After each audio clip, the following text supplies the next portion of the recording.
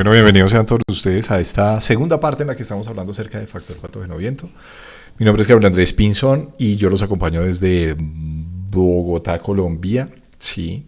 Y bueno, espero que estemos aprendiendo en esta segunda parte. Bienvenidos sean todos ustedes. Bueno, la primera parte ya hablábamos un poquito acerca de la introducción. Hoy vamos a enfocarnos y nos vamos a ir un poco más de fondo a ver algunas manifestaciones clínicas que tiene el viento, por supuesto. Sean todos ustedes muy bienvenidos.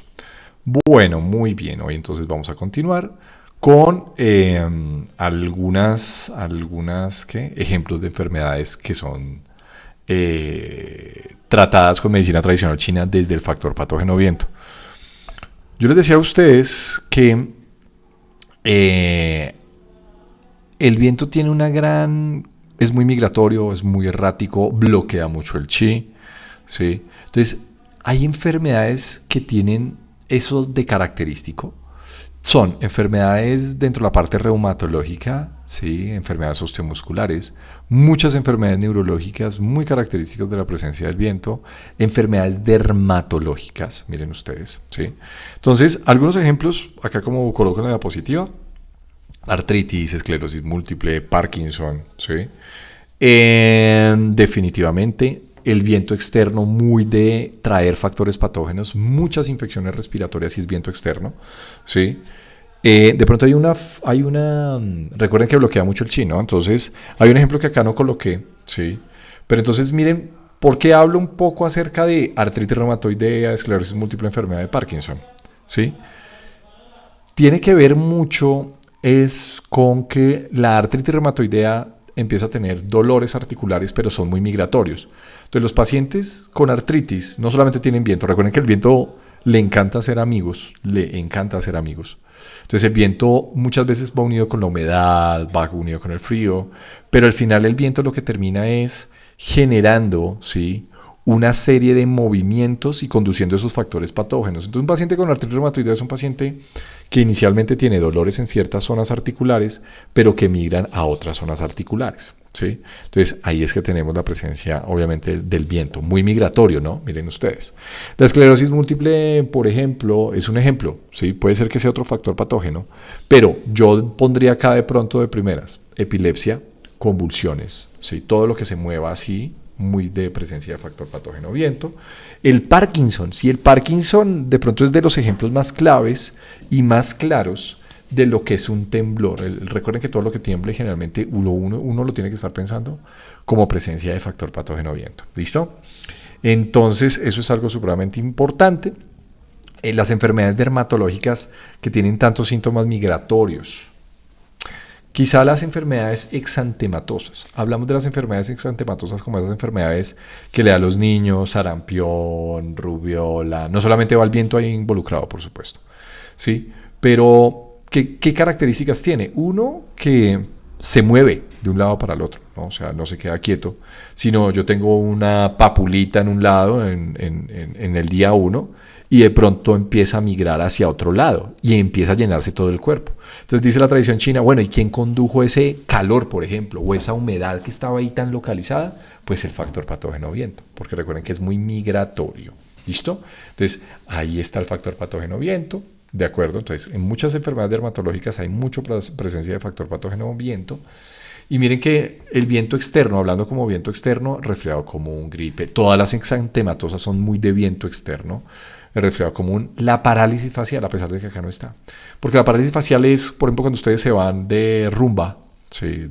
Nosotros decimos de fiesta, y salen en la noche, y llega la madrugada cuando ustedes ya tienen que regresar a sus hogares, y están en un ambiente muy caluroso y cambian de temperatura. Eso para los médicos que somos occidentales y educados en la escuela occidental, decirle que es que eso fue porque el viento lo atacó, el viento con el frío lo atacó, pues es algo como loco.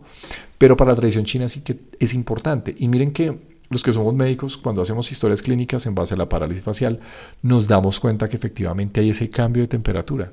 Sí, ese cambio de temperatura es clave, es supremamente clave para nosotros. ¿Listo? Ese cambio de temperatura es supremamente clave para nosotros porque decimos que ahí afectó un viento frío y ocasionó toda la parálisis facial. Ahora, la parálisis facial se da principalmente porque hay un bloqueo en el movimiento del chi en la cara. El viento entró, bloqueó el movimiento del chi y de ahí para la cara pues voy a tener una pérdida de movilidad de la cara, ¿sí? Porque el chi no va a fluir armónicamente hacia esos canales. Uno de los canales más afectados es el yanmin del pie, que es estómago. Entonces decimos que el viento afecta y el viento no logra, como bloquea tanto el chi, ya aprendimos la última entrega, la primera entrega, eso, bloquea tanto el chi, entonces no va a haber movimiento de los músculos porque está totalmente bloqueado. Entonces, entenderlo como eso, hay que hacer muy bien historia clínica, porque lo que tenemos que hacer en parálisis facial de aparición reciente es dispersar ese viento, sacar ese viento del cuerpo. Se puede hacer con muchas técnicas de acupuntura, ventosas y otras cosas. Bueno, entonces miren lo importante que tenemos. Entonces, esos son algunos ejemplos de algunas enfermedades que son importantes. Bueno, acá para los que quieran leer, o sea, no voy a leer esto mucho, historia de la medicina tradicional china, tiene muchos años. Es muy útil para muchos.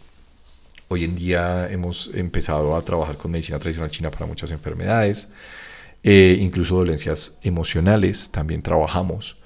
Pues siguiente, ¿verdad? Porque no nos vamos a quedar. Los principios de la medicina tradicional china, pues modular el equilibrio de alguna manera entre el yin y el yang, ¿sí?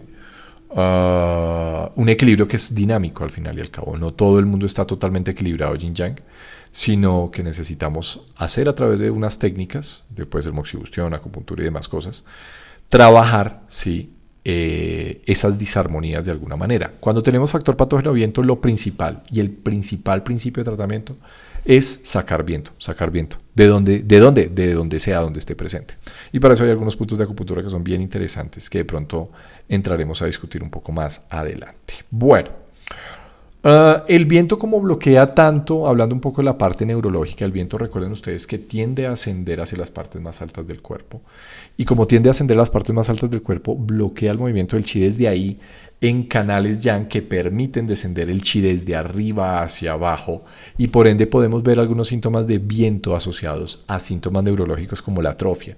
¿Sí? Yo digo, ¿esto es viento? Sí, eso es viento. El temblor, los movimientos involuntarios es muy de viento, claro que sí, pero también puede ser inclusive algunos cuadros como debilidad muscular, atrofias musculares, porque entonces decimos que el viento termina bloqueando ese movimiento del chi, termina bloqueándolo definitivamente y el chi no termina llegando a las zonas articulares, a las zonas musculares, y ahí es donde vamos a tener principalmente el problema. ¿Ok? Entonces, esto es bien interesante lo que decimos. Miren lo que yo ya les decía, cuando el viento, primer párrafo, cuando el viento penetra el cuerpo puede llevar otros factores patógenos como el frío y el calor, lo que agrava aún más la enfermedad. Pues sí, el viento, o sea, en resumen, el viento es el amiguero del grupo. Pues sí, eso es. Pues sí.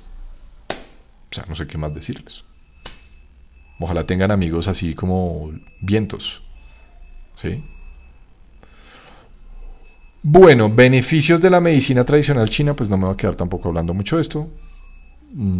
Tratamientos sin tantos efectos secundarios, es verdad, que acompaña. Yo pienso que nunca reemplazamos tampoco el tratamiento que nos puede dejar el médico occidental, el que sea, ¿sí? Y eso es lo que recomendamos nosotros los médicos occidentales que estudiamos este tipo de medicinas, sino que entenderlo como una complementariedad, por supuesto, porque la idea es, todo es salud, ¿sí? Lo que sea que pueda ayudar a mejorar la calidad de vida de nuestros pacientes viene siendo salud, ¿vale? Bueno, diferencias, si lo quieren leer, lo voy a leer. La medicina tradicional china se enfoca en el equilibrio energético del cuerpo, mientras que la medicina occidental se enfoca en tratar síntomas de una enfermedad específica. En la medicina tradicional china, el diagnóstico se hace a través de la observación de los síntomas físicos y emocionales del paciente, mientras que en la medicina occidental se utilizan pruebas médicas y análisis de laboratorio para hacer un diagnóstico preciso. Ninguna de las dos va en contra de ninguna. Sí, eso yo quiero que también hagamos un proceso de paz, porque a veces uno dice, no, es que lo máximo es la acupuntura y yo no creo en nada más. Y no, tampoco. La medicina occidental, y acá valga la redundancia, la medicina occidental ha logrado cosas bien interesantes a través de los años. Eso no lo vamos a desmeditar, ¿de acuerdo? Entonces acá venimos a hacer un proceso de complementariedad. Bueno, el futuro de la medicina tradicional china.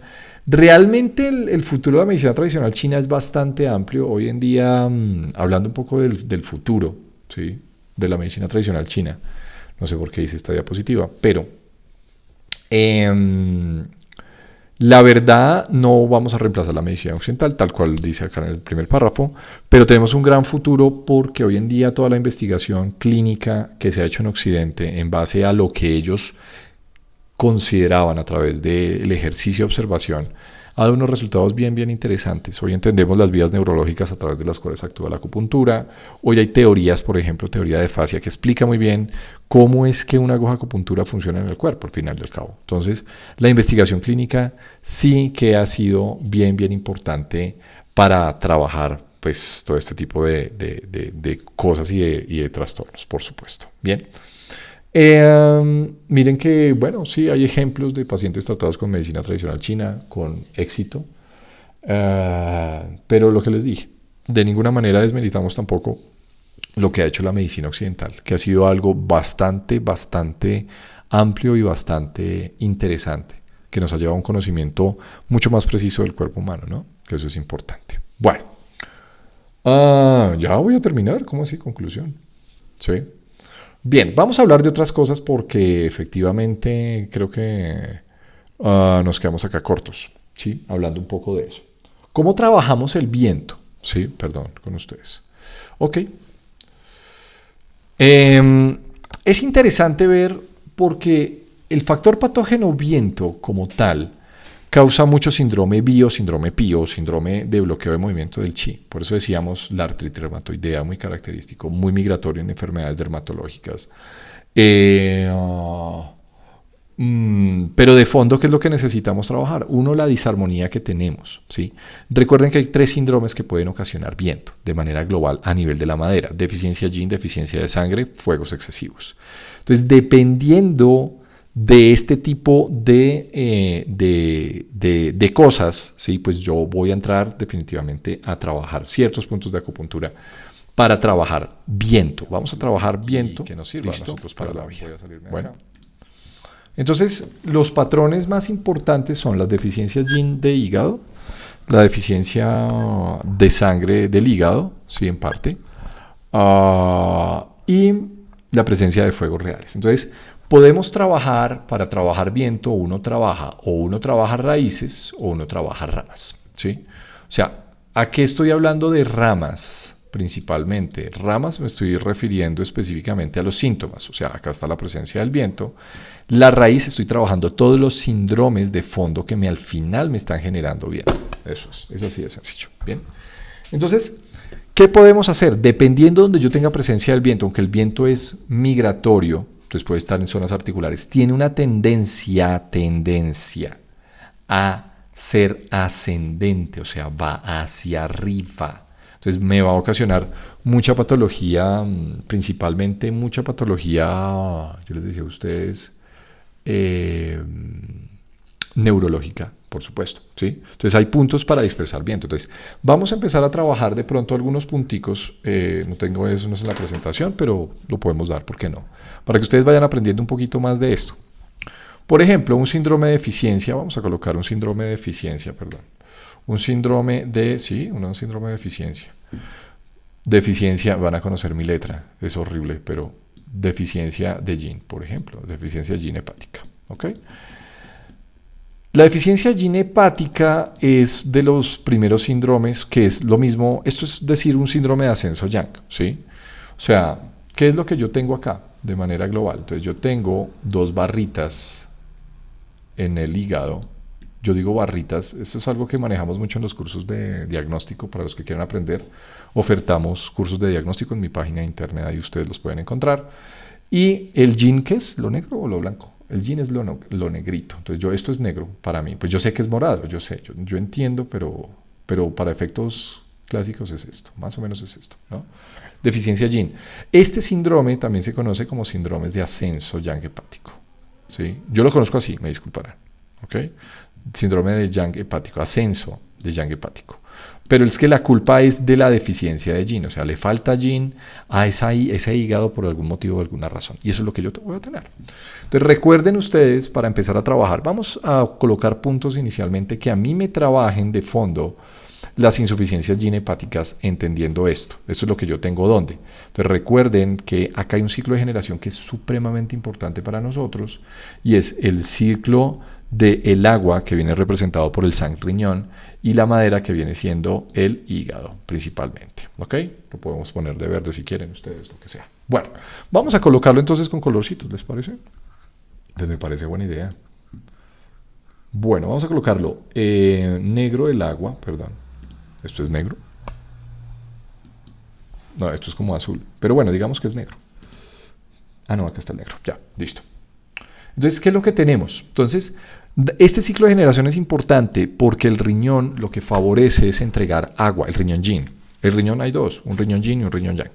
El riñón yin tiene una gran capacidad de entregar yin ¿a quién? Al hígado. Eso es lo que vamos a hacer, ¿sí? El riñón tiene esa gran capacidad de entregar agua hacia el hígado, ¿listo? Entonces vamos a entregar agua, ¿sí? Eso es lo que necesitamos hacer. Bien, entonces necesitamos empezar a trabajar algunos puntos que me tonifiquen el yin desde el yin de acá. Este es uno de los ciclos de generación más importantes que existen en la medicina tradicional china. Entonces empezamos a trabajar, un punto que a mí me gusta mucho es, por ejemplo, riñón 3, ¿sí? Riñón 3 es de los puntos más importantes porque es punto yuan. Los puntos yuan, cuando uno conoce qué es un punto yuan, Camilo, es un punto que tonifica muy bien la energía de un órgano y más si es en un canal yin. Si es un canal yang, tiene dos funciones, o dispersa o tonifica. Pero en un canal yin, un punto yuan tiene una gran capacidad de tonificar ese agua. Entonces, un riñón 3 sería el primer punto que uno le podría colocar a ese meridiano de riñón. ¿Para qué? Para decir, oiga, empiece a generarme un poquito más de yin desde el agua. ¿Okay? Yo sé que el problema está acá. Pero general, este problema llegó acá generándose de la deficiencia yin que tiene ¿quién? Pues también el riñón, de alguna manera, ¿sí? Recuerden que lo negrito, lo moradito, yo lo voy a dejar acá, es yin, ¿ok? Entonces, eso es lo que tenemos principalmente. Entonces, riñón 3 es un muy buen punto, vamos a empezar a trabajarlo, por supuesto, ¿listo? Para empezar a tonificar el yin hepático. El otro punto que a mí me gusta mucho que a mí me parece muy importante es un riñón 6. Mar luminoso, el nombre del punto. Riñón 6. Riñón 6, ¿por qué? Riñón 6 es un muy buen punto para dar yin porque además la naturaleza del punto, por eso es importante que ustedes aprendan naturalezas de puntos antes de aprender incluso puntos. Me disculparán las escuelas que no piensan lo mismo, pero pues yo no pienso lo mismo que ustedes. ¿Sí? Pero es importante que nosotros enseñemos primero naturalezas, que la gente entienda qué hace un punto yuan o qué hace un punto luo o qué hace un punto lo que sea, un punto hendidura, antes de empezar a enseñarles incluso canales. ¿Sí? Para mí es mucho más importante. Riñón 6. Riñón 6 es un punto que tonifica la energía del agua. Además, miren el nombre tan bonito, ¿no? ¿Sí? Y es un punto de apertura, un canal extraordinario que se llama Yin Qiao. Yin Qiao, que hace representación de una gran cantidad de energía yin desde el agua. El Yin Qiao tiene, como meridiano extraordinario, tiene unas funciones específicas en el cuerpo. ¿Sí? No los voy a discutir ahora porque tendríamos que hablar de extraordinarios y eso no me interesa. Pero para que sepan, es un punto que da mucha energía yin ¿a quién? Al agua. Entonces, es otro punto que a mí me gusta trabajarlo frecuentemente y a mí me gusta complementarlo con un riñón 10. Vamos a trabajar un riñón 10. Riñón 10, hay una naturaleza. Este es un punto G-mar, es un punto mar, pero no por teoría de Shu antiguo solamente, sino asociando los Shu antiguos con los movimientos. Es punto mar, pero es punto agua. O sea, es un punto agua. ¿Y qué mejor punto que un punto agua para darle agua a este señor que está insuficiente de agua?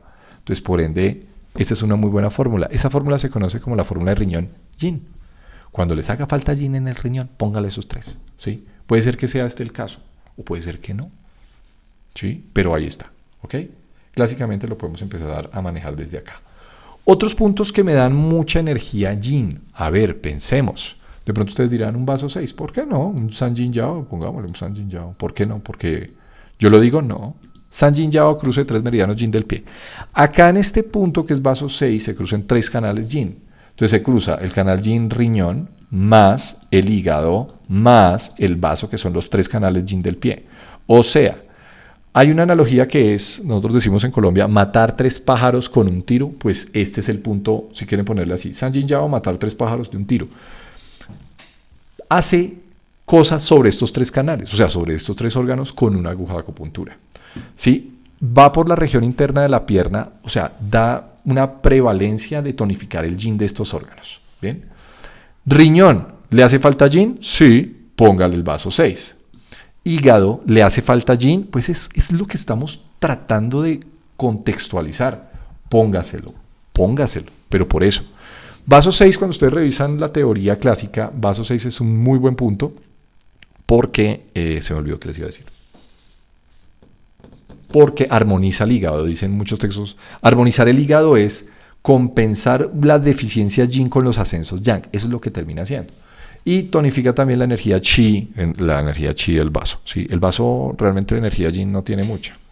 Entonces sí que tonifica la energía de chi del vaso, por eso lo vamos a usar. O sea, son 3, este vaso 6 dice, mire, yo le trabajo acá, pero también le voy a trabajar acá al mismo tiempo. Entonces uno, me sirve, está bien interesante. Bueno, mi nombre es Gabriel Andrés Pinzón, qué pena con ustedes, yo sé que querían que siguiéramos, pero pues me disculparán. Vamos para la tercera parte, trabajando vientos, para que ustedes vayan entendiendo un poquito los síndromes que tenemos de fondo y cómo trabajamos localmente vientos, ¿sí?